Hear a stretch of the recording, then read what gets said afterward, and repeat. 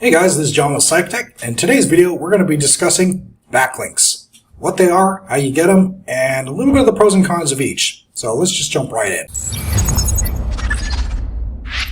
Backlinks are an essential part of any SEO strategy. They're the links that point to your website from other websites. Search engines use backlinks to determine the authority and relevance of your website, which affects your search engine rankings. So here we're going to cover the top 10 backlinks and how you can use them to boost your SEO. Number 1, editorial backlinks. Editorial links are natural links that are earned when other websites mention your content in a positive way.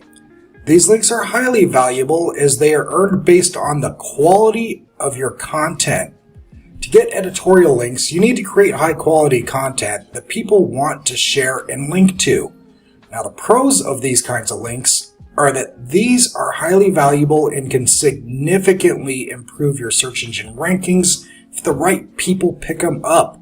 If you get featured in Psychology Today, Forbes, Inc., any of these guys, they have a domain authority in the well above 70s. That's going to kill it for you. So these are worth it if you put in the work. Now, the con on this one is you have little control over how these links are utilized or whether they get picked up. Best practice is to create high quality content that's worthy of being shared and linked to regardless. So that brings us to number 2, guest posting. Guest posts involves writing content for another website in exchange for a backlink. You can either write a guest post on their site or ask the website owner to write a post for your website in exchange for a backlink. The pros are when you can control the anchor texting, which is the hyperlinked portion from that article that lead reader back to your website, and the content of the backlink. So the anchor texting content are all directly in your control. That's a good thing. The con is it can be time consuming to find websites that accept guest posts. So shop around, ask around, find anyone that you network with that has their own website that's been around for a while and has good domain authority. Ask them if they'll feature one of your blog articles, something along those lines. Right? Good quality content that they'll want to feature, and make sure that the anchor texting leads them right back to your page where they can follow up and read more. So the best practice with these are find high domain authority websites and that accept guest posts, of course, and create quality content. That's all you got to do. Number 3, broken link building. Broken link building involves finding broken links on other websites and offering to replace that link to your website. This technique involves finding websites with broken links, reaching out to the webmaster or owner, and offering to replace that link. The pros is this technique's a win-win for both parties, as the website owner gets a replacement link for a busted link and you get a backlink. So win-win-win. The con on this one is it can be a little time consuming to find these broken links and reach out to all these website owners. Best practice, use tools like Ahrefs, SEMrush, and Surfer to find broken links. Oh, Screaming Frog's a good one too. To find these broken links on other high authority websites, reach out to the website owners with a replacement link. This is especially handy if the broken link happens to be like a blog or something. So look at websites that are in the same niche that you are in. If you're in mental health, stick with mental health. Look at other websites through these tools. If you find a broken blog link, you can easily write a blog on the same topic that fits kind of with the URL structure of that link, post it on their website to replace that link, and ensure that one of the anchor texts in that page links back to you so that you get your backlink. This works out pretty good. It's a little slick. Most people don't even think of it. And number 4, forum links. Forum links involve leaving a link to your website in a forum post or signature. You need to find forums related to your niche or local area and leave a helpful comment with a link to your website. Now, the pros are that forum links are easy to create. You can reach a large audience fairly quickly. The cons is that forum links can be seen as a little spammy. They're not the greatest links, and some forums don't even allow links in their posts, so take it for what it is. Best practice is to find active forums related to your niche and leave helpful comments or write a great little piece there and include a link to your website in your signature. Number 5, should have made this probably number 1 because this is what we usually do right after we finish a web build. Directory links. Directory links involve listing your website on all the major search directories. Directories are websites that list other websites by category. You can find directories related to your niche and list your website. A great little technique for this is to use Whitespark. They offer 3 free searches every day. Use them to Google your competition, find out who your top 3 guys are, grab their URLs and plug them into Whitespark, find out everywhere that they are listed and whatever directories they're listed in.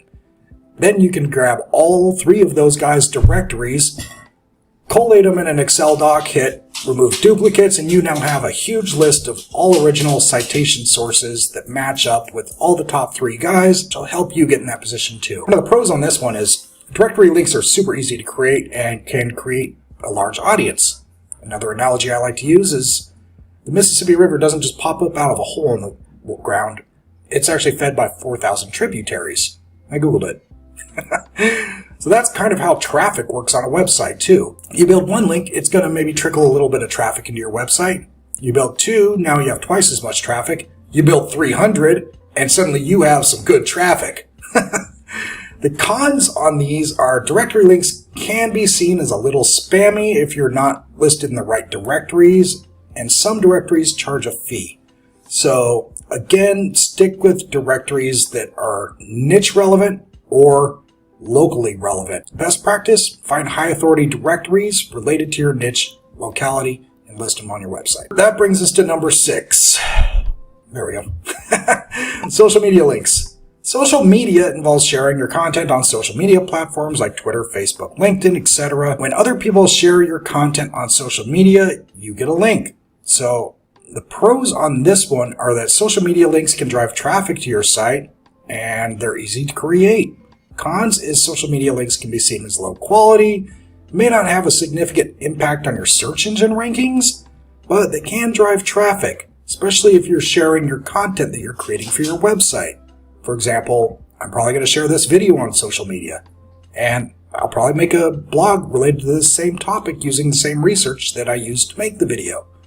Blogs, videos shared across social media drive traffic back to your website, which then convert to paying clients. Which brings us to number 7, resource page links. Resource page links involve finding resource pages related to your niche and asking the website owner to include a link to your website. Resource pages are pages that list other websites related to a specific topic. Now the pros is that resource page links can be highly relevant and valuable. The cons is it can be a little time consuming to find resource pages and reach out to the owners and request that they add you as a resource. This can be a little easier if you happen to be like one of the few people that specializes in a particular modality. Like if you're the only Jungian therapist in the county, that could be easy to grab. Same with if you're an instructor, if you're one of the few people that can teach REMBT in your area, well, you are the resource. So anyone that's willing to share that link to you as the resource, even better. So pros here is resource links can be highly relevant and valuable. Cons, they can be time consuming to reach out to everyone. I already said that part. Best practice is to use search operators like keyword plus link or keyword plus resource to find resource pages linked to your niche. Reach out to the owners with a brief message, ask them to include your website. Number 8, image links. Image links involve using images on your website and optimizing them for the search engines. When other websites use your image, you can get a backlink off that. The pros is that image links can be highly relevant and valuable. Con, it can be difficult to get other websites to use your images and link back to your website. You don't really have a whole lot of control there. If someone snatches your images, okay. If they don't, you have no control. So it is what it is. Best practice, use high quality images on your website, optimize them for search engines, and include a link to your website, image file, name, and alt text. Reach out to websites that use your images and ask them to link back to your website. And number 9, testimonial links. Testimonial links involve providing testimonial for a product or service in exchange for a backlink. You can find product and services related to your niche and provide a testimonial that includes a link to your website. The pros is that testimonial links can be highly relevant and valuable. Cons, it can be difficult to find products and services that offer testimonial links. Best practice is to find products or services related to your niche and offer to provide a testimonial in exchange for a backlink. Which brings us to number 10, podcast links. Podcast links involve appearing as a guest on a podcast and promoting your website. When you appear on a podcast, you can include a link to your website in the show notes, or in the podcast itself, throw a shout out. The pros is that podcast links can drive a lot of traffic to your website and help you reach a new audience. Cons is that it can be difficult to find podcasts relating to your niche that are accepting guests. So, best practice here, find podcasts related to your niche, reach out to the podcast host, and with a brief message, ask about why you would be a good guest. Include a link to your website, your message, any social media links to help give them a full picture of who you are. In conclusion, there are many types of links out there that you can use to boost your SEO. Each type of link has its own pros and cons, and the best approach is to use a variety of techniques to create a diverse backlink profile. Always focus on creating high quality content that people want to share and link to.